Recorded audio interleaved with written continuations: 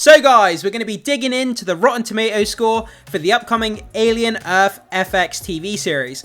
I cannot wait to see this. Everything they've shown us in the marketing looks so great. I've loved the posters, the TV spots, the trailers. It looks like the Alien franchise is coming back, and it looks like they're doing justice by this property.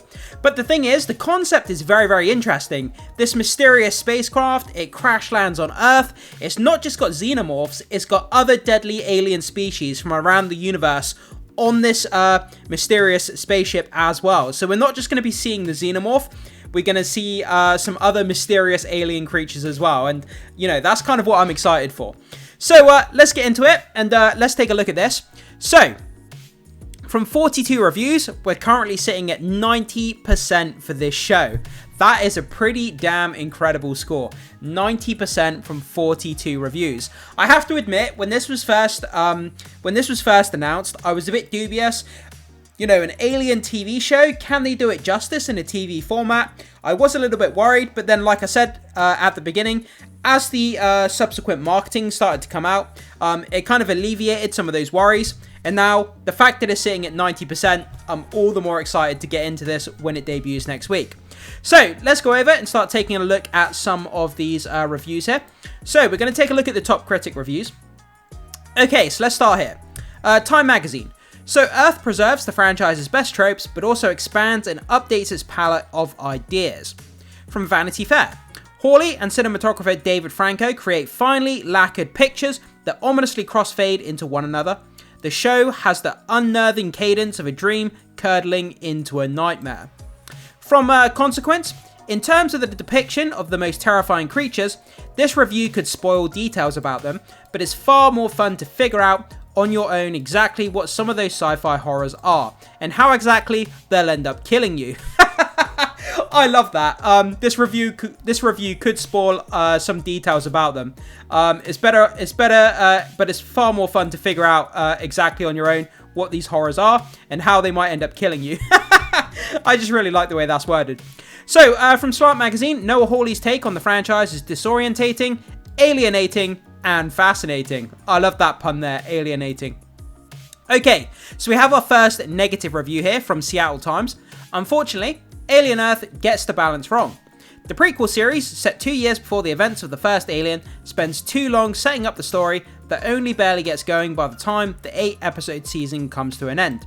So, as for the prequel, set 2 years before the events of the first Alien, the creatives have openly said that this isn't really going by the kind of the canon and the timeline. This is kind of its own standalone thing, and they're not too worried about the continuity. It's kind of continuity, spontaneity, and they're kind of just focusing on this as a standalone project. Okay, moving on to the wrap. Noah Hawley's dazzling, haunting epic is all about what exactly defines us as human. Okay, from the London Evening Standard, Alien Earth is a big win, managing to finally deliver on the promise the franchise has always had. That's fantastic to hear. That's really great to hear, that is.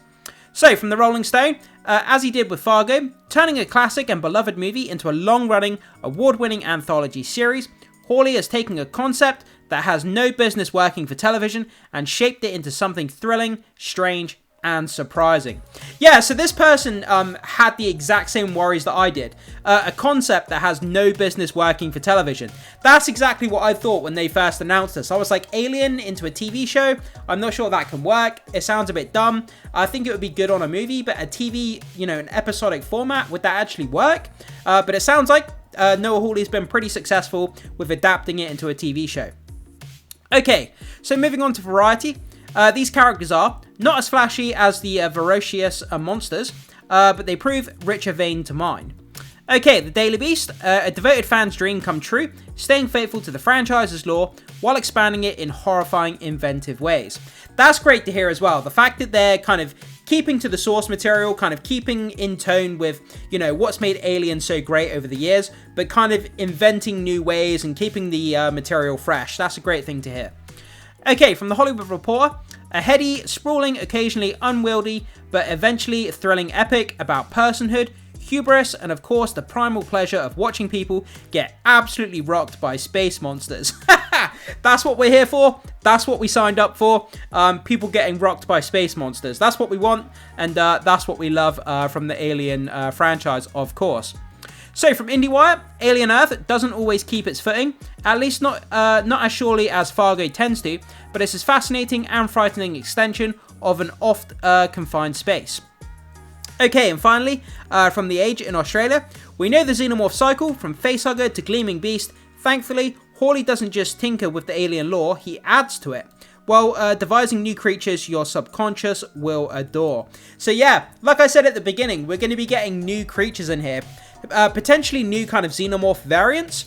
If the facehuggers kind of latch on to different animals or different animals here on planet Earth, we could see different xenomorphs sprouting out, different variants. But also on that space vessel that crash lands, there's going to be other alien species from around the universe that's going to be on there. So we have no idea what to expect in terms of the monsters, aliens, whatever you want to call them.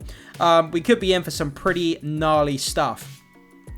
So that's where we are, guys. That's the top critics there. There's only one negative review. A lot of people are saying it kind of respects what's come before it, but it gives us some brand new, fresh ideas. And it sounds like it's going to be a great, great TV show. And it sounds like Noah Hawley has done justice by adapting this into a TV show from a movie franchise.